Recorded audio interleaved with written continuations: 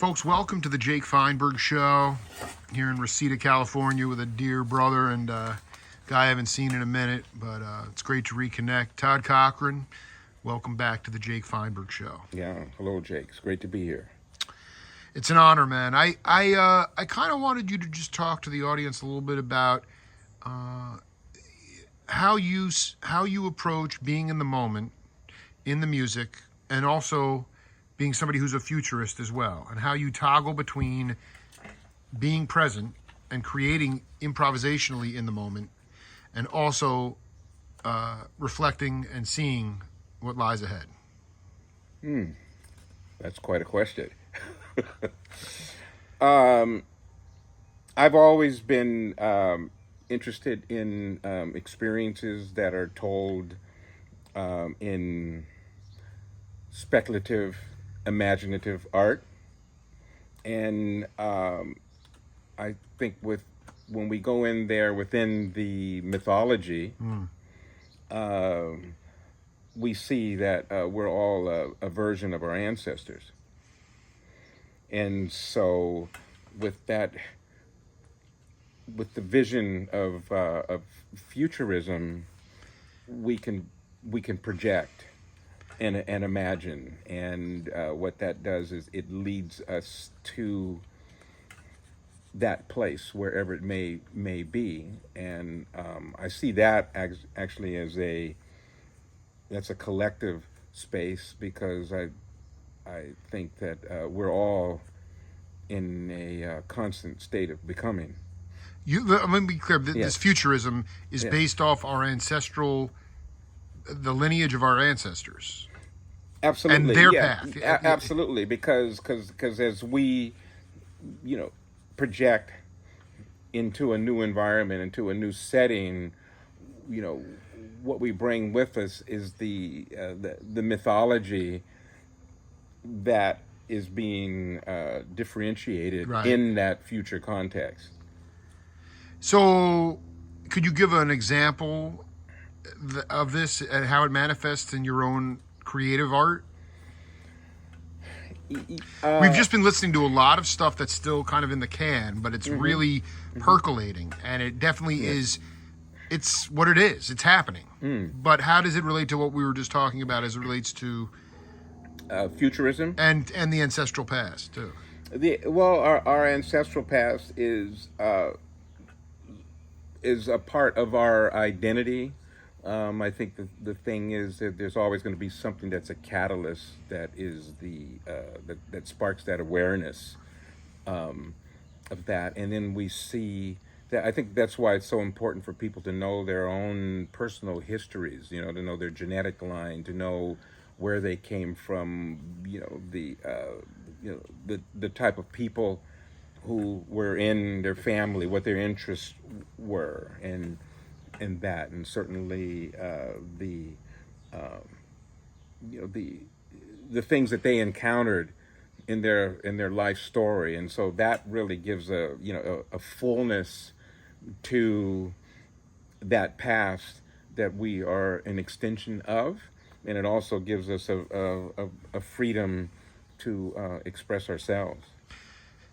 Can you talk about what makes you, I don't want to say proud, but is inspiring about information that recently has come through you in terms of the various different projects that are on really in the future, but also in the now? Well, I think specific source of inspiration or a point of inspiration. Well, I think, like, for me, I've always been interested in creative music and contemporary concepts. Sure. I found my voice during my pursuit of jazz. Jazz completely matured my thinking and gave me direction, and it's such a deep study. It's a lifelong pursuit, but there are these elements of jazz expression that really lead to you becoming a more complete musician. Which ones? Well, I think you have to certainly have to have a.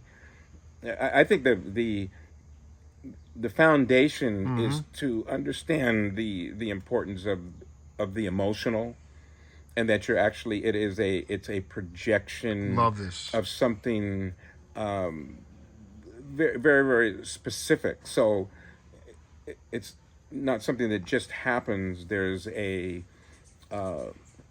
when you think about something specific, there's intentionality in the creation itself. So it's not just something that happens because you lived in this neighborhood and you ate this type of food, and these were the kind of things that people in that neighborhood and that community did. I think there is a natural course of people's evolution and how they evolve out of those experiences. But I think the more empowering is understanding that you have a vision and something specific that you want to say, and that can be way can be just miles and miles, or we could say, light years beyond that actual experience that you came up in. And so that's where we go into that dimension of the transcendent. And so for me, I've always been drawn to artists who I sense were communicating and creating music in that State. in that state, in that hopeful dimension. And so for me, when I came up in San Francisco and the civil rights era and post civil rights, the music and the art, the contemporary music and the contemporary art, what was vibrating and completely an extension of the experiences of the moment, where it was the voice of liberation. And so that energy of Stokely Carmichael and those cats. Yeah, but it's that, but it's also liberating yourself to a point of personal freedom, of personal expression, and that is always going to be a part of whatever we see or call or categorize as contemporary. And so that's the spirit that I've always carried forward, which is understanding that this cutting edge music, these ideas, these things that were, completely relevant and became that which I guess we call like the seminal, the seminal and the zeitgeist. It was a voice of liberation. It was about a specific type of evolution. It was a dynamic of relationships. It was a dynamic of cultural